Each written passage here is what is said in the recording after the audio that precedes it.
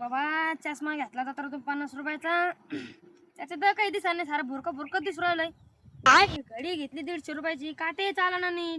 200 रुपये फुकटच गेले काय कोण हे नाक घेतले असे जत्रातून घ्यायलाच पुरत नाही.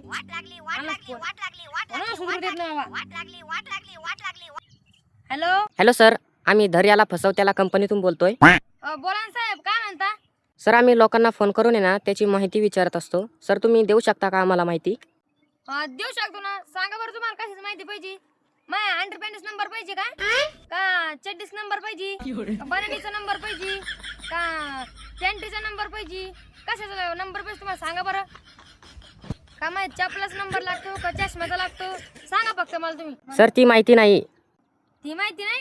मग कोणती माहिती पाहिजे तुम्हाला? तुम्हाला माझ्या अंडरपॅन्ट्स नंबर नाही लागत, बनानीचा नंबर नाही लागत, चड्डीचा नंबर नाही लागत, मग तुम्हाला नेमकं लागते काय? सर, आम्हाला आहे ना तुमच्या परिवाराविषयी माहिती पाहिजे. तसं सांगा ना मग तुम्ही. परिवाराविषयी माहिती पाहिजे होय? बरं मग घ्या लिहून. हा पहा, माझ्या परिवारामध्ये एक मी आहे, एक माझी मम्मी आहे, एक माझे पप्पा आहे, एक म्हातारी आहे, एक म्हातारा आहे आणि आणखीन एक म्हातारा कोतारा आहे.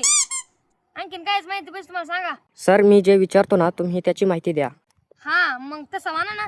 विचारा मग काय विचारतो तो. सर, तुमचा जन्म कधी झालाय? माझा जन्म का? माझा जन्म काय माहित नाही बा मला. जन्म तारीख लक्षात नाही राहिली. पण मी तुम्हाला एक अंदाज सांगतो बा. हे बा आमच्या शेजारच्या काकूचा आहे ना पांढऱ्या बोकडा जन्मला होता बा. तेव्हा मी 5 दिवसात झालतो. म्हणजे मी 5 दिवस कंप्लीट झाले ना तेव्हा ते बोकडा जन्मला होता, ढवळा पांढरा बोकड्या. मग लावा तुम्ही आता किती काय असेल माझी जन्म तारीख तर मला पण सांगा मग लिहून घ्यायला मला. बरं सर, जाऊ द्या. तुमचं लग्न झालंय का?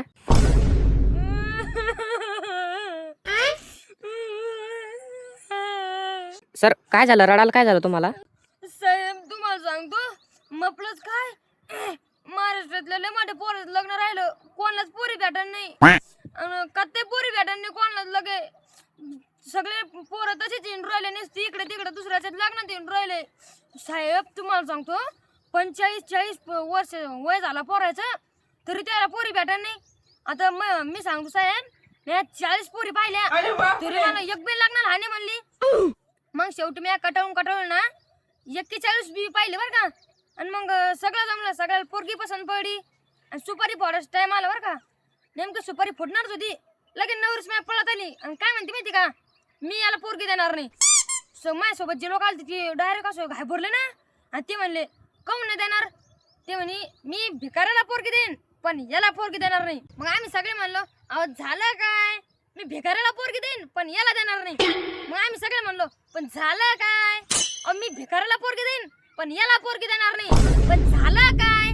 मग ती काय म्हणणे माहितीये का, काहून की ह्यो पहिले मलाच पाहायला आलता. साहेब म्हणजे मी 40 पोरी पाहिलं ना त्याच्यातली पहिली हीच होती. आणि मग 41 पाहायला गेलो, फिरून फारून मग तिथेच घरी गेलो आणि तिथेच पोरगीला पाहायला गेलो. त्याच्यामुळे ती नाही म्हणली माहिती का. मग काय साहेब मोडे सोयरीक मग दिला ना लाता बक्क्या घालून घरी पाठवून तुमची पोळी बिन खाऊन दिले. गॅस संपला होता आमचा तर. मग सर, तुम्हाला काय वाटतंय, लग्न करायची की नाही आता? मी काय म्हणतो माहितीये साहेब, आताच्या पोराने ना लग्नच करू नये बा. काहून माहितीये का, म्हणजे ते पोरी भेटत नाही आणि इकडून तिकडून भेटले ना तर त्याच्या अपेक्षा डायरेक्ट ढगाची वर चालल्या. डायरेक्ट ढगाची वर कशा आलाच जाते लगे ढगाची वर. सांगू शकत नाही मी इतक्या वर चालल्या त्याच्या अपेक्षा. हे बा मी तुम्हाला सांगतो बा बरं का, आजकालच्या सासूच्या अपेक्षा काय राहते, सून चांगली असावी, सून शिकेल असावी, सून गुणी असावी, सून घरात स्वयंपाक करणारी असावी. सुनाच्या अपेक्षा सासूच नसावी. आता सांगा तुम्ही आम्ही काय करणार आहे? याच्यामुळे पोरी भेटा. मग सांगा आता काय करणार आहे तुम्हीच सांगा. साहेब तुम्हाला सांगतो, जुन्या काळातल्या बाया आहे ना हळद कुटीत होत्या, मिरच्या कुटीत होत्या, लसूण कुटीत होत्या. पण आता हे सगळं दुकानात आहे ते भेटू राहिलं तर आताच्या बाया डायरेक्ट नवऱ्यालाच कुठे द्या. सांगा तुम्ही काय करावं आम्ही? साहेब तुम्हाला सांगतो, जुन्या काळातल्या बाया आहे ना दळणदळी त्यांना मस्त गाणे म्हणजाई, भजनं म्हणजाई, भारी भारी ओया म्हणजाई, जनाबाईचे ओया म्हणजाई, अशा सुंदर ओया राहत होत्या. लगे ऐकलं ना असं डायरेक्ट झोप येऊन जाते माणसाला, असं मस्त झोप लाग जाई. पण आताची ओया तशा नाही ना.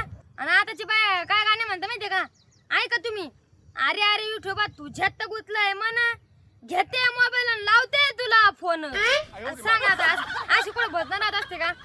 काही भजन म्हणून राहिले आजकाल. साहेब तुम्हाला सांगतो, पहिल्या काळात आहे ना माणसं झोपले ना तर त्याच्या शरीराला आराम भेटत होता, मस्त असं शरीर चांगलं राहत होतं त्याचं. पण आता माणसं झोपले ना तर त्याच्या मोबाईलला आराम भेटू राहिला. दिवसभर मोबाईल पाहते तर बिचारा गरम होतो, संध्याकाळी मालक झोपल्यावर ते थंड होतं, मग त्याला आराम भेटतो. आता साहेब तुम्हाला आणखीन एक सांगतो का, जुन्या काळात आहे ना बाया काय करतं माहिती का, म्हणजे नवऱ्या त्याच्या नवऱ्याचं आयुष्य चांगलं टिकून राहण्यासाठी म्हणजे जास्त काळ जगासाठी ना तो असं कपाळी तो लाल जरा कसं मोठं कुकू लावित होत्या.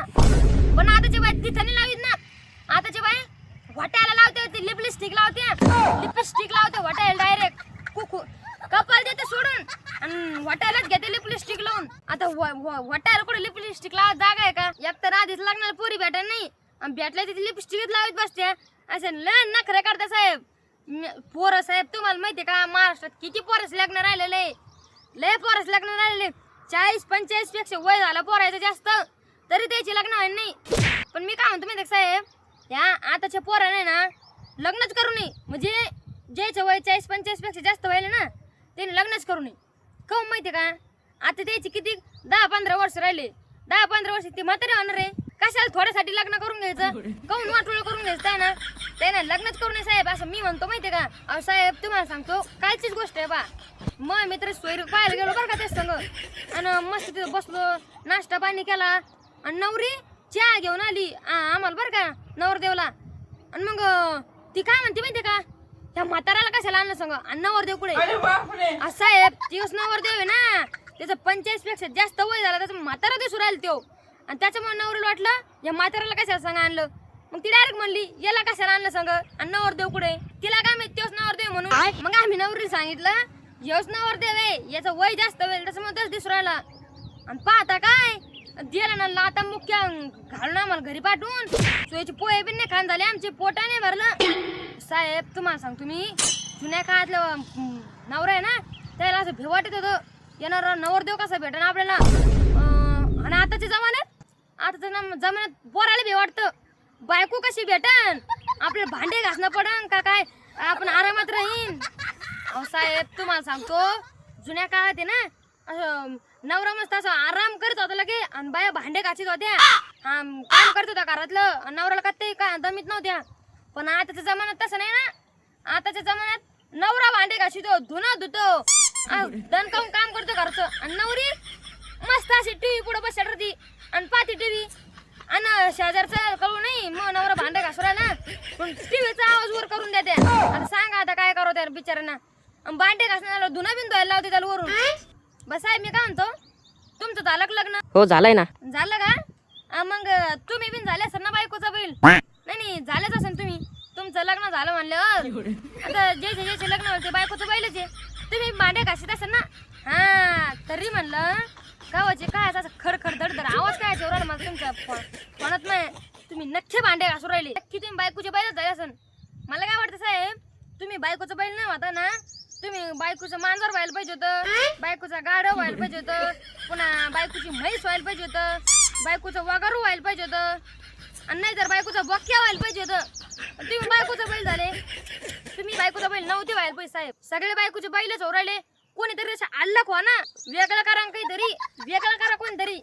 लोकांनी नाही केलं पण तुम्ही तर वेगळं करा ना. अहो काय बोलताय सर तुम्ही. काय बोलताय म्हणजे आता खरं बोललो ना, मिरची लागली असं तुम्हाला. अहो साहेब तुम्हाला सांगतो तुम्ही आमच्यावर जळू राहिले, काऊन की तुम्ही झालं बायकोचा बैल आणि आम्ही नाही झालो त्याच्यामुळे तुम्ही जळू राहिले. तुमचं लग्न झालं आमचं नाही झालं मग त्याच्यामुळे तुम्ही आमच्यावर जळू राहिले ना, जळू राहिले तुम्ही आमच्यावर. मिरची लागलं तुम्हाला असे जळू राहिले. तुला फोन साहेबांनी फोन तुला साहेब नक्की भांडे घासू राहिले. तेच म्हणलं आवाज कसा येत होता, भांडे घासायला आवाज दिला असं बायकोना. बरोबर आहे, त्याच्यानंतर घ्यायचं असं द्यायला.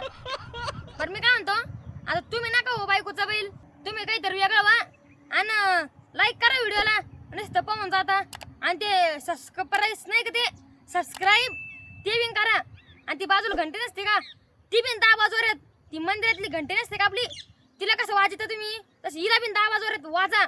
नाही वाजले तर बुक्की आणा आणि हे व्हिडिओ ना जास्तीत जास्त लोकांना शेअर करा, तुमच्या नातेवाईकाला पण शेअर करा ना, तर ते बिन होते ना बायकोचा बैल. तुम्ही नका हो त्याला नका हो देऊ. आणि हे व्हिडिओ कॉमेडीसाठी होता बरं का, जे बायकोचा बैल आहे ना म्हणजे ज्याचे लग्न व्हायले त्याने जास्त लावून नका घेऊ. मी येतो आता साहेबाकडून जाऊन सांगतो त्याला चष्मा बिन काय घेतला कोण मी ना फुकटचा.